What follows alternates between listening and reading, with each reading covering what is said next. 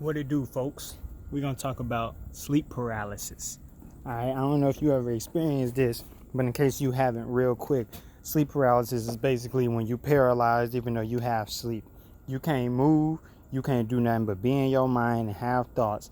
And typically somebody is terrified and they want to know what's causing it, how to get rid of it, etc. Well, you come to the right place. Let me tell you something. I'm a master sleeper. When it comes to anything that got to do with sleep, I'm the guy to talk to. If we're talking about astral travel, I'm very experienced in it. We want to talk about lucid dreaming, controlling your dreams.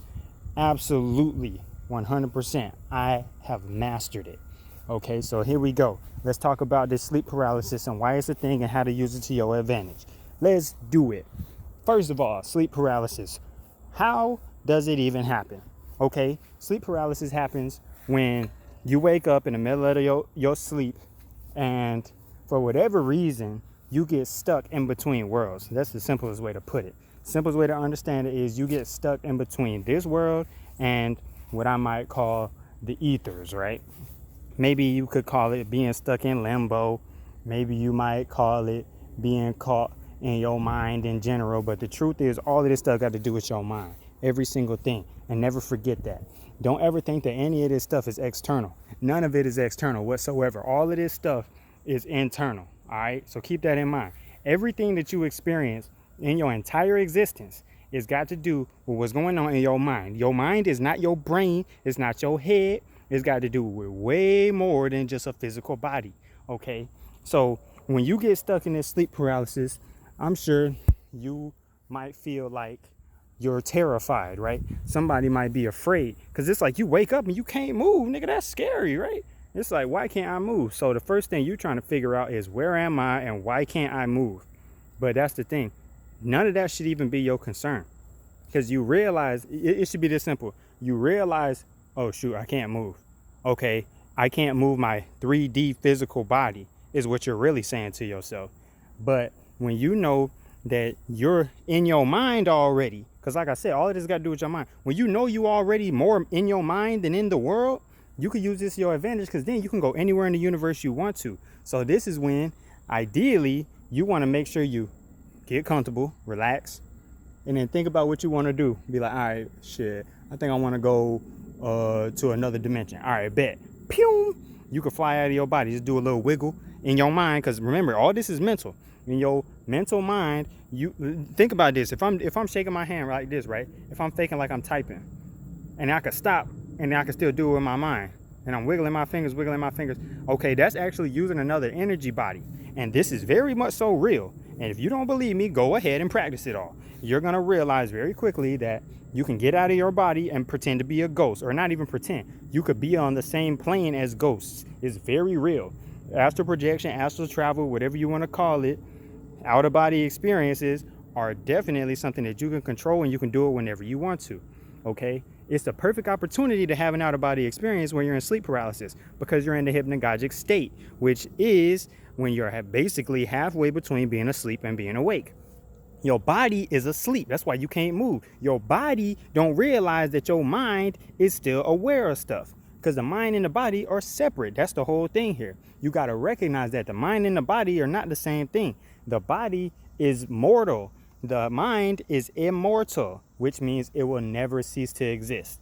So your body is not playing on the same, like it's not capable of being as liquid or fluid, or it's not as capable in general of doing anything as your other energy bodies, right? So if I want to talk about your etheric body or your catheric body or whatever you want to call these things, you got to know that your mental bodies are more powerful than your physical bodies. That's why your imagination can be so vivid. That's why these dreams can be so vivid. And you can even do stuff in your mind that you couldn't actually do in this physical reality because this physical reality has lots of limitations. But when you got all this stuff going on in your mind and you're like, oh my gosh, I can't move, I'm scared, a demon might pop up, right? What you might see as a demon might pop up in your appearance. Because a lot of people talk about how they might see a demon in the corner of their room staring at them with scary looking eyes, right? Or they might talk about how the demon even attacks them and like try to kill them, like put their hands around their neck or something, all type of crazy stuff, right? Maybe you can relate. But here's what you got to recognize. All of this stuff is in your mind. I'm not uncertain about this, okay? I'm certain about this. And when you realize that everything that you got going on is based off of the emotions you're feeling, all you have to do is master feeling your emotions and being aware of them. So once you get into your feelings, it's like, oh shoot, I'm scared right now. Once you're aware that you're feeling fearful, it should be very easy to take control of the situation, because then you know, oh, all I got to do is change my vibration of my emotions, my energy, and then I can experience a different experience. It is that simple, bro. Whenever you got this thing going on and you maybe got a demon in your room, right? Just know that this is a mental projection of your subconscious, just like a dream. It's like your subconscious communicating with your conscious mind. That's all a dreaming is. Your subconscious is only going to communicate with you things that it's experiencing emotionally. All this stuff is feelings and desires and things of that nature. So you just got to get to know your soul better. Whenever you got this going on, you should not be afraid whatsoever, because it's a huge opportunity. It's the best opportunity, because then you can start truly recognizing how limitless you are as a soul.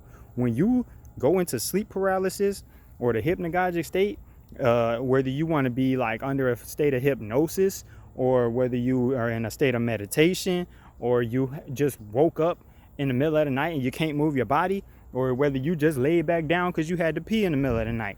All of these things are opportunities for you to utilize and get to know these other sides of yourself that are way deeper, way more important, and way, way, way more powerful.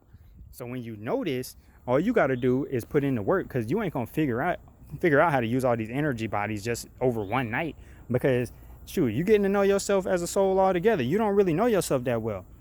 That's the whole point of life, is getting to know who you are and what you're capable of. So whenever you're doing this, you got to be willing to practice.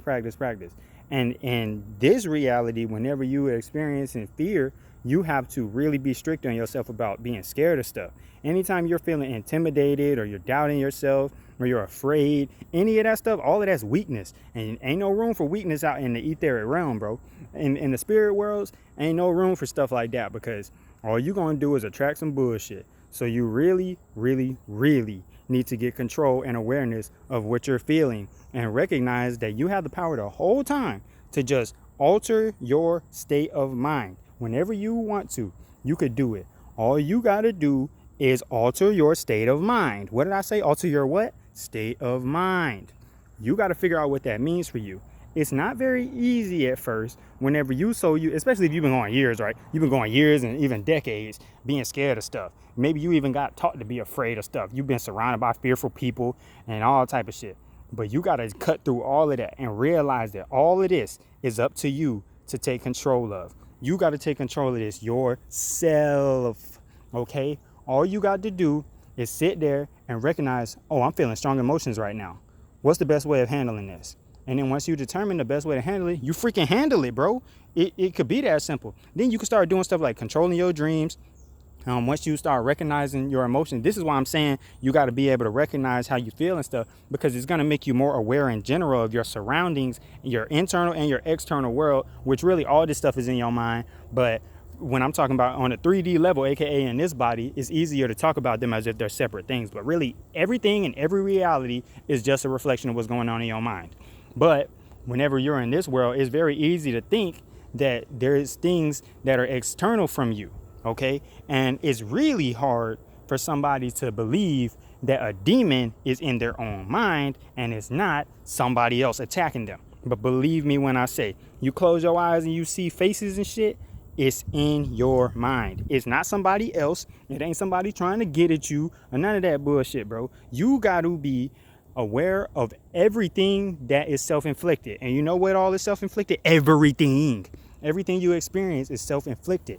And if you know this, and when you're mature enough to acknowledge this, anytime that you're experiencing something unpleasant, all you got to do is acknowledge that you need to change it and then get to work. But it's so much easier to just make excuses or complain or blame others and all that stuff. But bruh, fuck all that. You, as a spiritual individual, need to take full responsibility of everything you experience, because it's all you're doing. Ain't nobody else more responsible for what you're experiencing in life than you, because you as a soul, you want to experience difficulty, chaos, heartbreak, feeling physical pain, etc., because it makes you stronger. So whenever you're going through these experiences, always figure out how to use that to your advantage. Because as you get more experience, it's supposed to become easier and easier to be yourself, especially when you're in surroundings in which nobody else is even paying any attention to what you're doing. If you ain't even got no company or nothing, you gotta be okay with being yourself. But it also is just as important when you do have people around, to make sure you're not being influenced by other people's thinking more than your own. You got to be able to think for yourself. And it's so easy to start trying to blame others and externalize everything because of how religion basically brainwashed everybody growing up. But believe me when I say, it would behoove you to start acknowledging what you caused, and what you caused was everything that you ever experienced. So hopefully, next time you have sleep paralysis, you see it as an opportunity. Do the wiggling exercise, try to shake out of your body, try to roll out of the bed, try to jump up, face that demon and be like, get the fuck out of here, bro. I ain't scared of you. Because when you start facing your demons, you're going to get to another level of power and courage, and you're going to start igniting a fire in your chakras. And before you know it, all of your chakras will be aligned. That kundalini energy will start swimming up your spine, third eye open wide. You'll start being able to see things clearly. You'll start being able to manipulate your surroundings. You'll start being able to remember things better. You'll have control over other people. And that's in your dream realm and in this world, which is also just another form of dreaming. But that's a whole another video just talking about that. But believe me when I say, you can control everything that happens in your reality. And if you have the desire and the interest and the will to experience something, you're gonna. But you have to genuinely believe that you have that much power. And it's really hard to break through all of the indoctrination and the brainwashing that tell you that God is doing this to you and that you don't have any power. Bro, God is you. Believe me.